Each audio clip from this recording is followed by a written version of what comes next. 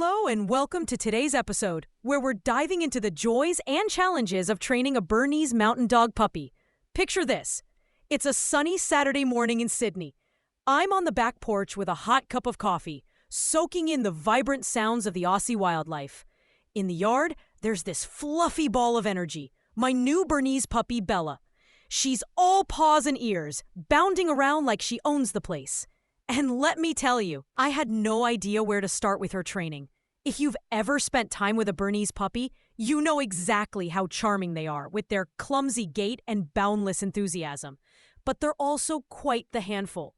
At just 12 weeks, Bella was already tipping the scales at nearly 15 kilograms, and it hit me that this adorable fluff would soon be a magnificent 45-kilogram companion.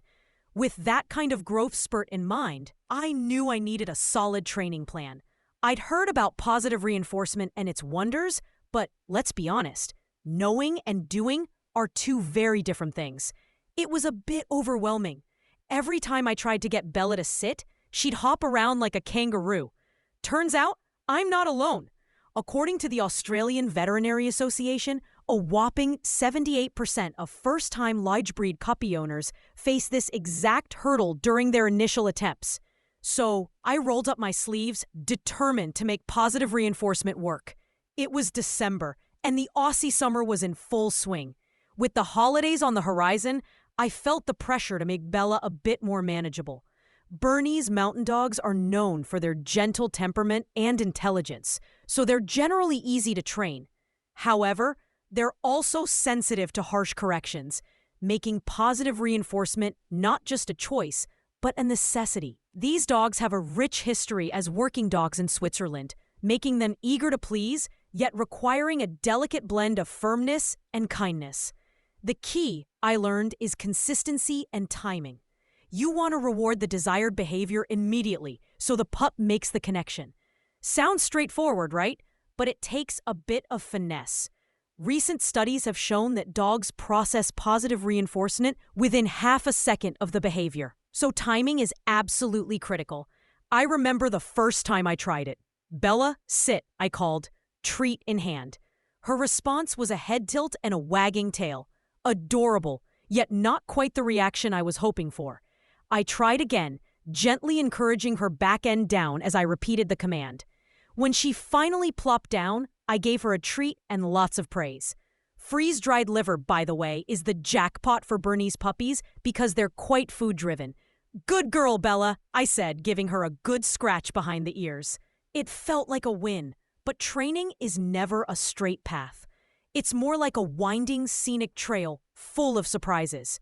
That first successful sit took nearly 20 minutes of patient repetition, but when she finally got it, it felt like magic.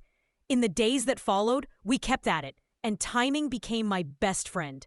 If I hesitated even a second, Bella would lose interest, like playing a game of freeze, where you have to catch the moment precisely. Many new trainers struggle here. That microsecond delay can completely throw off your dog. That's where the marker method comes in. Using a distinct sound or word to mark the exact moment of correct behavior, creating a bridge between action and reward. Then, one day during lunch, I'm munching on a sandwich, Bella's enjoying her kibble, I got a call from my friend James. He's a bit of a guru when it comes to Bernese mountain dogs, having raised several. His current burner, Gus, is a picture-perfect example of a well-trained, happy dog. James has been breeding and training burners for over 15 years, helping countless families integrate these gentle giants into their homes. Mate, he said, you've got to mix it up. Don't just stick to one command. They're smart dogs. They'll get bored too.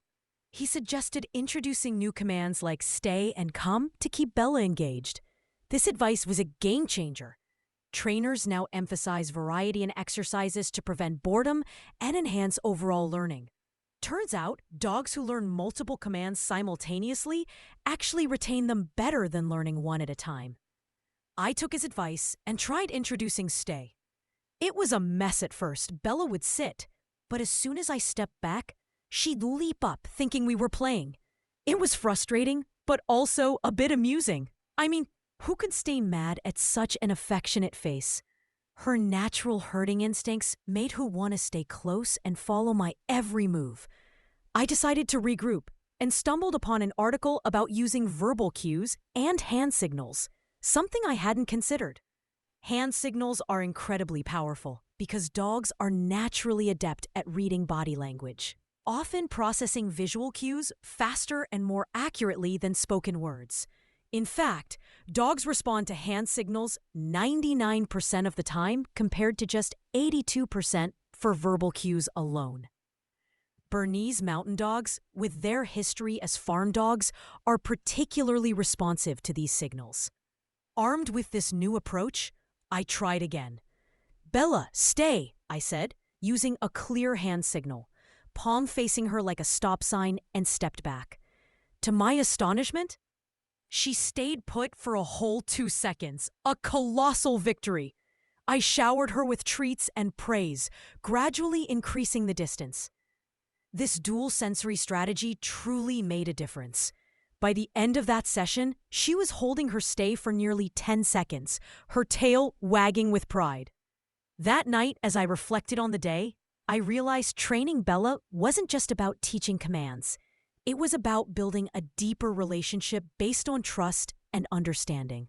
I had to be patient, consistent, and willing to adapt, just like any good relationship. This bond, forged through positive experiences, is the cornerstone of effective dog training. Experts like Dr. Sarah Mitchell emphasize that emotional connections formed during training create lasting behavioral patterns. Fast forward a few weeks, and Bella was getting the hang of it. She was mastering sit and stay, and even starting to learn come.